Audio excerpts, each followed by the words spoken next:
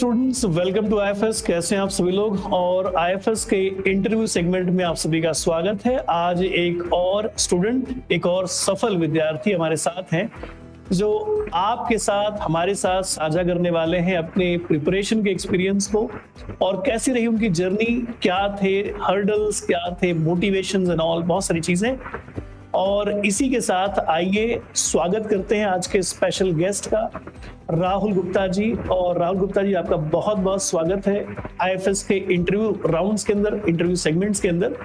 और आशा करते हैं कि आप इस एग्जाम को क्वालिफाई करके, मैं वैसे बता दूं आप सभी को, इन्होंने राजस्थान सेट एग्जाम जो अभी अभी रिजल्ट अनाउंस हुआ है, उस एग्जाम को सफलतापूर्वक, जी हाँ, सफल एक कैंडिडेट के तौर पर क्वालिफाई कर लिया है। और आज वो हमारे साथ हैं अपने सारे एक्सपीरियंसेस को साझा करने के लिए। तो एक बार फिर से Rahul ji, welcome to this segment. Thank you so much sir.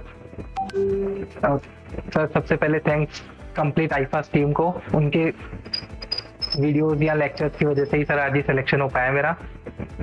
तो sir thank you so much. तो मैं चाहूंगा कि आप अपने आप को इंट्रोड्यूस करें, छोटा सा एक इंट्रोडक्शन हो जाए आपका। Sir myself Rahul Gupta, I am from Jaipur. I completed my MSc in Rajasthan from Rajasthan university in August 22। चलो बढ़िया है। तो आपने सेट एग्जाम ही क्यों चुना भाई? आपका टारगेट सेट एग्जाम ही था? क्योंकि डेफिनेटली आपने टारगेट सेट किया होगा, तभी आप इस एग्जाम में सफल भी हो गए। सर टारगेट तो जो अभी जून में नेट एग्जाम होने वाला है वो है मेन टारगेट तो, बट ये बीच में आ रहा था। और करना तो जैसे राजस्थान में हूँ तो आके जाके कॉलेज लेक्चरर वगैरह के एग्जाम तो देने ही है, तो इसलिए मैंने ये वाला फॉर्म भी फिल कर दिया था। और मेन तो नेट की प्रिपरेशन चल रही थी, बस थोड़ा सा हटके, और इसकी भी साथ में प्रिपरेशन कर ली, तो इसमें भी सिलेक्शन हो गया। चलो बढ़िया है, शाबाश। तो चलिए बढ़िया है कि देखो आपने टारगेट वैसे बढ़ा रखा है, बड़ा, लेकिन बीच में जितने भी एग्जाम आए हमें छोड़ना नहीं है, मौके मिस नहीं करने हैं। तो मेरे हिसाब से हर बच्चे का यही होना चाहिए कि हम डेफिनेटली एक फिक्स टारगेट लेकर के चलते हैं, लेकिन उसके साथ अगर मौका हो, कोशिश करके ये और जो बीच में आने वाले कई सारे एग्जाम्स हैं इनमें भी सफलता हासिल कर ली जाए, तो ये हमें और हमारे सीवी को और ज्यादा स्ट्रॉन्ग बनाता है, ध्यान रखिएगा।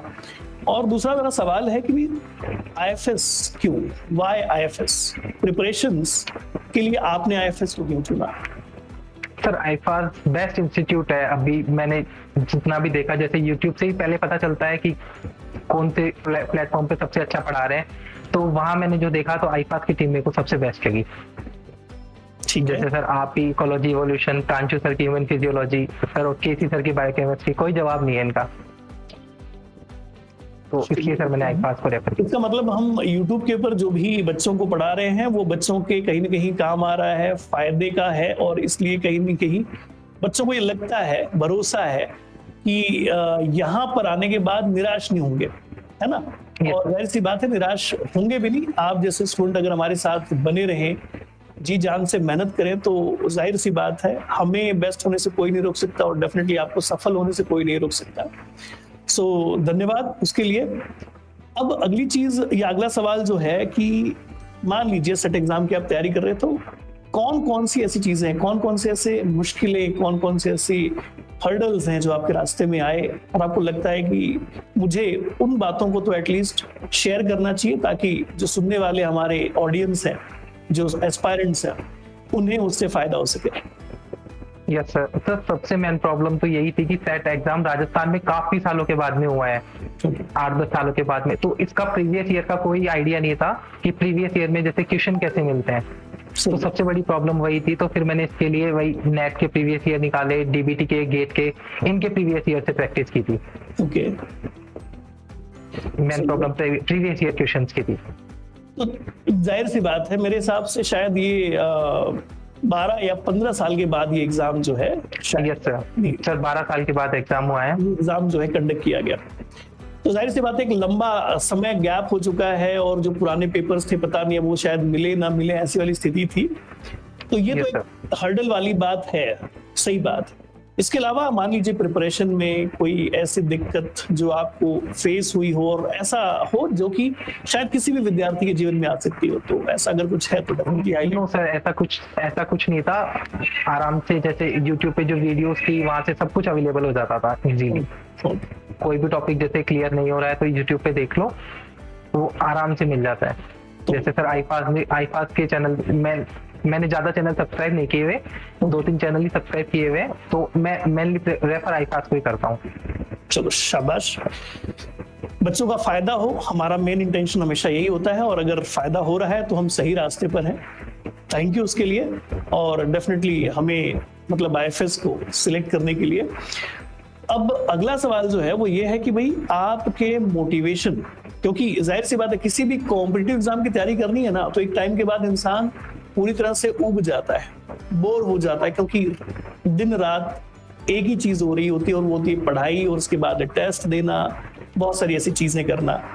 तो मैं जानना चाहूंगा कि ऐसी क्या चीज थी जो आपको मोटिवेट रखती थी, आपको मोटिवेटेड रखा हुआ था, और आप भले ये सारी दिक्कतें आए, तकलीफें आए, हो सकता है कि एक समय के बाद पढ़ पढ़ करके मन उब जाए, फिर भी आपने अपने आप को मोटिवेट रखा और प्रिपरेशन जारी रखी। हाँ जी सर, बहुत बार होता है कि पढ़ते पढ़ते परेशान हो जाते हैं कि कितना पढ़े, और तो सर इसमें सबसे मेन तो फैमिली का सपोर्ट होता है। सबसे ज्यादा मम्मी पापा या सिस्टर ये मोटिवेट करते हैं, और सर सबसे ज्यादा मोटिवेशन छोटी मामी है मेरी, तो उन्होंने भी काफी वो हमेशा मोटिवेट करती है। उन्होंने भी साथ में भी सेट का एग्जाम दिया था। वो हाउसवाइफ है। अच्छा। उन्होंने तो 5-6 साल हो गए पढ़ाई छोड़े हुए, फिर भी अभी उन्होंने दिया और उनका भी क्वालिफाई हुआ, तो उन्होंने काफी मोटिवेट किया कि मैं कर सकती हूँ तो आप भी कर सकते हो। ये जरूरी है, हमेशा ही जरूरी है कि कोई तो ऐसा हो आपके आसपास जो आपको ये एहसास दिलाए कि नहीं, संभव है, पॉसिबल है। और ऐसे ही लोग मोस्ट ऑफ द टाइम, कई सारे जो सफल विद्यार्थी उनके जीवन में होते हैं, और उन्हीं की वजह से शायद ऐसे कई सारे सफल विद्यार्थी बनते भी हैं।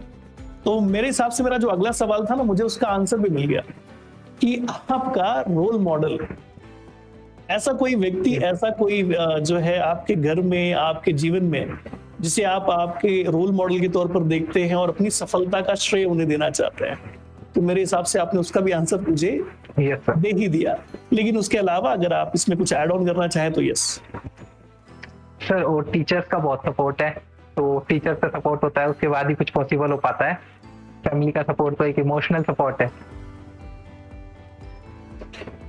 ओके, तो मतलब जाहिर सी बात है आपके जो मेन रोल मॉडल है वो आप पहली जवाब में दे चुके हैं। उसके बाद परिवार का सपोर्ट एक बड़ा सपोर्ट होता है। कोई भी विद्यार्थी है, अभी रिसेंटली जो है आईएएस का रिजल्ट अनाउंस हुआ, यूपीएससी का रिजल्ट अनाउंस हुआ, और जितने भी सफल कैंडिडेट्स हैं, उन सफल कैंडिडेट्स की जब आप स्टोरी सुनेंगे, जब आप उनके इंटरव्यू सुनेंगे, तो कहीं ना कहीं यही बात फिर से निकल करके आती है कि हम 2 साल, 3 साल, 5 साल से लगातार एफर्ट इसलिए ले पा रहे हैं क्योंकि पीछे परिवार का सपोर्ट है।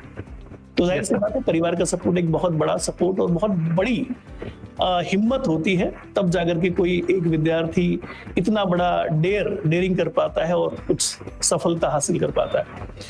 अब एक छोटा सा सवाल है कि ऐसी क्या बात है जिसे आप एज एक स्पेशल मैसेज शेयर करना चाहेंगे हमारे ऑडियंस के साथ, हमारे एस्पायरेंट्स के साथ जो इस इंटरव्यू को देख रहे हैं? सर मैसेज एक्सपीरियंस के लिए यही है कि एक बार किसी काम को स्टार्ट कर दो तो बस कंटिन्यू से लगा रहना चाहिए, उसमें कभी भी बीच में छोड़ना नहीं चाहिए। कंटिन्यूटी जरूरी है हर चीज के लिए। मैंने कभी कोई बाय चांस कोई डे रहा होगा जिस दिन मैंने कुछ ना पढ़ा हो, बाकी डेली कुछ ना कुछ पढ़ते रहो, और रिवीजन सबसे इंपॉर्टेंट है। रिवीजन और ट्यूशन प्रैक्टिस, तो इनको साथ में लेकर चलेंगे तो श्योर सिलेक्शन हो जाएगा। तो देखो भाई, जैसे हर बार टीचर कहता रहता है कि भाई एक काम करो, जो भी पढ़ाया है उसको रिवाइज कर लो। रिवाइज करने के बाद उससे लगे हुए सारे जो क्वेश्चंस हैं, आपको तो हमने क्वेश्चन मॉड्यूल दे रखा है तो उससे सॉल्व कर लो। जहां डाउट आए, दिक्कत आया करके हमसे समय से सॉल्व कर लो, पूछ लो। ये जो बातें मैं कहता हूँ ये ऐसे ही नहीं कहता हूँ, ये सारी बातों का कुछ मतलब है, कुछ पर्पस है। अगर आप एक सीरियस एस्पायरेंट हैं, सीरियस स्टूडेंट हैं, अगर आप इन सारी छोटी छोटी बातों को फॉलो करते हैं, है ना, तो आपको सफल होने से कोई नहीं रोक सकता। और कहीं ना कहीं यही मूल मंत्र है किसी भी चीज में, किसी भी परीक्षा में, एग्जाम में सफल होने के लिए कि कुछ ऐसी बातें जिन्हें आप अवॉइड नहीं कर सकते, और अगर आप उसे प्रॉपर तरीके से फॉलो करते हैं सफलता आपके हाथ लगेगी। और आप भी हमारे साथ इस इंटरव्यू सेगमेंट में जुड़े होंगे, जैसे आज राहुल हमारे साथ जुड़े हुए हैं, और आप भी अपने एक्सपीरियंसेस हमारे साथ और साथ ही साथ और बाकी बच्चों के साथ शेयर कर पाएंगे।